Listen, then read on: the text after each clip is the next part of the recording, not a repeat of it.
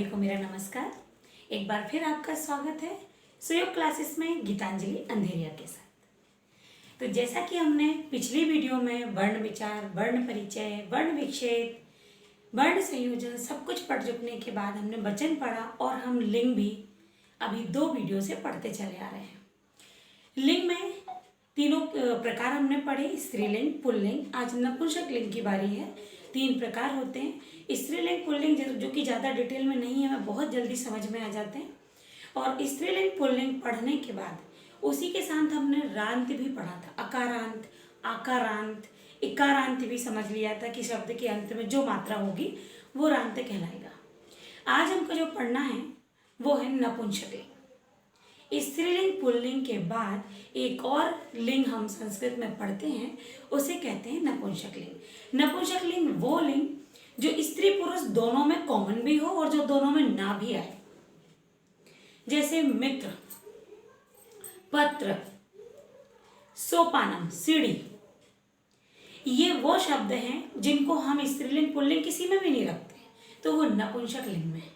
मित्र एक हम चर्चा कर लेते हैं, फिर हम पढ़ने पर जाते हैं। हम मित्र को लें। मित्र, यदि आप सिर्फ मित्र कहते हैं, अब चाहे वो लड़का हो, लड़की हो, स्त्री हो, पुरुष हो, यदि आपने मित्र कह दिया तो ये सभी इसमें सम्मिलित हो जाते हैं। लेकिन यदि आप सखा, सखी कहते हैं तो वो आकारांत और इकारांत में बदल जाता है। वहाँ सखा सखी में हम अंतर कर पाते हैं कि वो स्त्रीलिंग और पुल्लिंग की बात हो रही है, लेकिन जब हम मित्र की बात करते हैं तो वो मित्र कॉमन आ जाता है। वो हम स्त्रीलिंग में भी लेते हैं, वो हम पुल्लिंग में भी लेते हैं। इसीलिए मित्र जो शब्द है वो नपुंसक लिंग का है। वस्त्र, वस्त्र आपने पहने, वस्त्र मैंने पहने। अभी वस्त्रों को हमने साटिका, कमीज इसमें नहीं डिफाइन किया, सिर्फ वस्त्र बोले।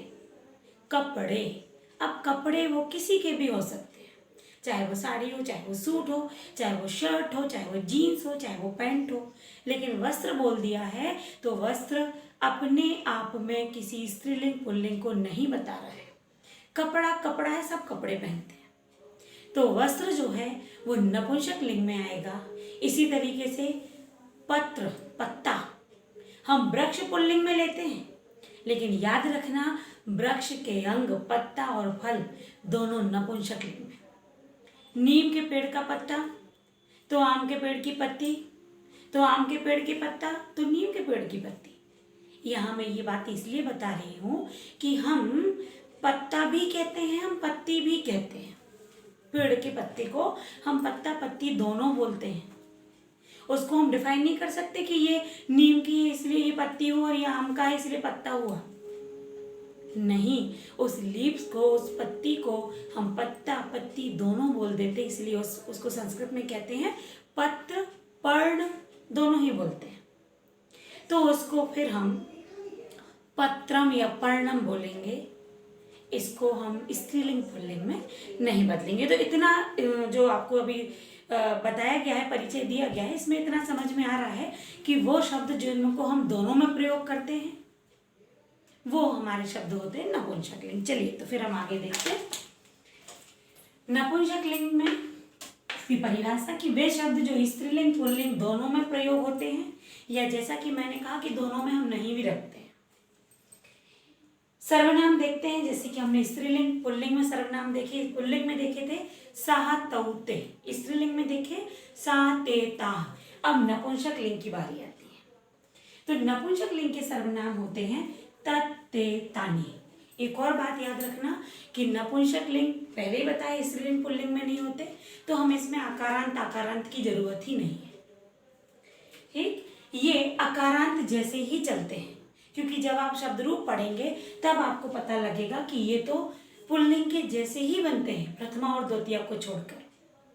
तो ये जो शब्द होते हैं ये आकारांत ही होते हैं, ये आकारांत नहीं मिलेंगे।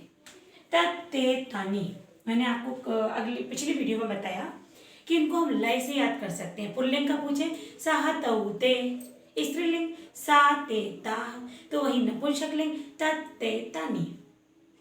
जिस प्रकार से हम सर्वनामों को रखते हैं वैसे ही इनके शब्दों का भी शब्द रूप कर लेते हैं, या यूं कहें तो शब्दों को भी हम एक वचन, द्विवचन और बहुवचन में बांट देते हैं। जब भी आप पुल्लिंग शब्द की बात करेंगे वहां आपको अंत में मां जरूर मिलेगा एक वचन में। फलम, फिर द्विवचन, ये फलम, फले, फलानी। हम यहां देखें तत् ते तानी, तो यहाँ पर फलम, फले, फलानी। पुस्तक का पुस्तकम, पुस्तके, पुस्तकानी। पुस्तक को हम रखते ही नहीं है स्त्रीलिंग में। पुस्तक नपुंसक लिंग का शब्द है, क्योंकि हम पुस्तक भी कहते हैं, हम ग्रंथ भी कहते हैं, हम पुराण भी कहते हैं, लेकिन इन सभी को देखा जाए तो एक ही वस्तु से बने हैं, वो कि कागज, पेज, पन्ना, इन्हीं से ये बने हुए हैं। इसलिए पुस्तक को हमेशा हम नपुंसक लिंग में लेते हैं, ना कि स्त्रीलिंग में बदलते हैं, ना पुल्लिंग में। तो पुस्तकम, पुस्तके, पुस्तकानी। अभी मैंने थोड़ी देर पहले आपको बताया कि मित्र, तो मित्रम, मित्रे, मित्राणी। आगे देखिए पत्र, तो हम पढ़ेंगे पत्रम, पत्रे, पत्राणी। तो यहां आप देख पाएंगे कि इनको बनाना इतना आसान है। अब कोई भी शब्द हो, वातायनम, व्यजनम, पंखा जो चलता है व्यजनम, वातायनम, कूलर, एसी, ये वातायनम होते हैं। इसके अलावा सोपानम, इसके अलावा करवस्त्रम, जिसको रुमाल, करवस्त्रम। करवस्त्रम क्यों कहते हैं? हाथ में, हाथ को हम कर कहते हैं, और वस्त्र कपड़ा, हाथ में लेने का जो कपड़ा है वही करवस्त्रम। तो करवस्त्र को भी हम डिफाइन नहीं कर सकते कि स्त्रीलिंग या पुल्लिंग है। इसी प्रकार पर्णम, सोपानम, वातानम, संगणकम, कंप्यूटर को कहते हैं संस्कृत में संगणक। और कंप्यूटर को भी हम नहीं बदल सकते ना कि ये स्त्रीलिंग या पुल्लिंग है। भले ही हम कहते हैं उसको कंप्यूटर चल रहा है, कंप्यूटर को ऑन करो, कंप्यूटर चलाओ, लेकिन जरूर ये शब्द हम जरूर ऐसा बोल रहे हैं कि ये पुल्लिंग का है, लेकिन ये जो शब्द है ये नपुंसक लिंग का है। तो कुछ शब्दों को हमें पहचानना पड़ेगा। वातायनम, सोपानम, संगणकम, पर्णम, व्यजनम, मित्रम, इसके अलावा करवस्त्रम, पत्रम, ये सारे के सारे शब्द नपुंसक लिंग के होते हैं। और नपुंसक लिंग के शब्दों को एक ही बात है पहचानने में, जो हम करेंगे कि इनका जो पहला पद है इसमें एक वचन में हमें मां मिलेगा, जबकि पुल्लिंग के एक वचन में हमको विसर्ग मिलता है, और स्त्रीलिंग के एक वचन में हमको आ की मात्रा मिलती है।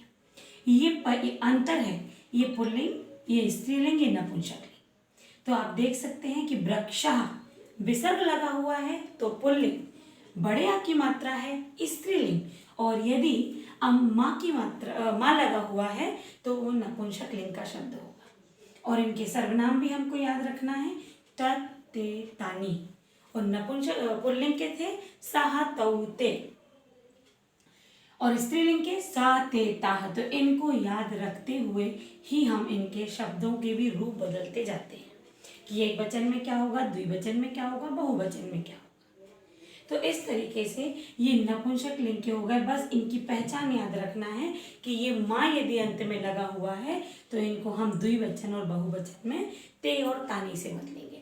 फलम, फले, फलानी, पुस्तकम, पुस्तके, पुस्तकानी, पर्णम, पर्णे, पर्णानी, वातायनम, वातायने, वातायनी। ठीक इस तरीके से ये प्रयोग होते हैं।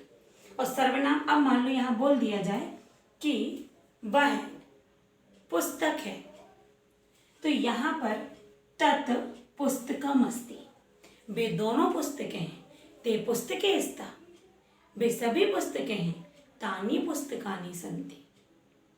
तो ये वाक्य से आप समझे होंगे कि किस तरीके से इनकी वाक्य रचना भी होती है। वाक्य रचना में हमको भ्रमित नहीं होना है, इसके लिए तो एक अलग से हम आपको वीडियो लेकर आएंगे जब हम इनको लकारों में पढ़ेंगे तब। तो अभी बस लकार पढ़ने से पहले, काल पढ़ने से पहले लिंग और वचन का ज्ञान होना बहुत जरूरी है, क्योंकि यहाँ हम समझ जाते हैं कि यदि साह तौते बोला गया है तो वो पुल्लिंग में आएगा, यदि साते ताह बोला गया है तो वो स्त्रीलिंग में आएगा, और यदि तत्ते तानी बोला गया है तो ये नपुंसक लिंग में आएगा। तो इस प्रकार हमने नपुंसक लिंग भी पढ़ लिए। पहले दिन हमने पुल्लिंग पढ़ लिए थे, फिर स्त्रीलिंग और नपुंसक लिंग। नपुंसक लिंग स्त्रीलिंग पुल्लिंग में नहीं जाता है, ये अकारांत होता है। पुल्लिंग के जैसे ही इसका उच्चारण होता है और इसके अंत में मां उच्चारण में आता है एक वचन में। इनको हमें पहचानना होता है कि हम किस वस्तु को दोनों में नहीं रख सकते। तो ये सब इनको पहचानने के नियम थे।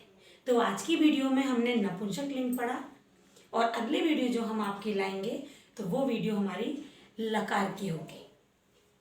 तो आज के लिए बस इतना ही। नमस्कार।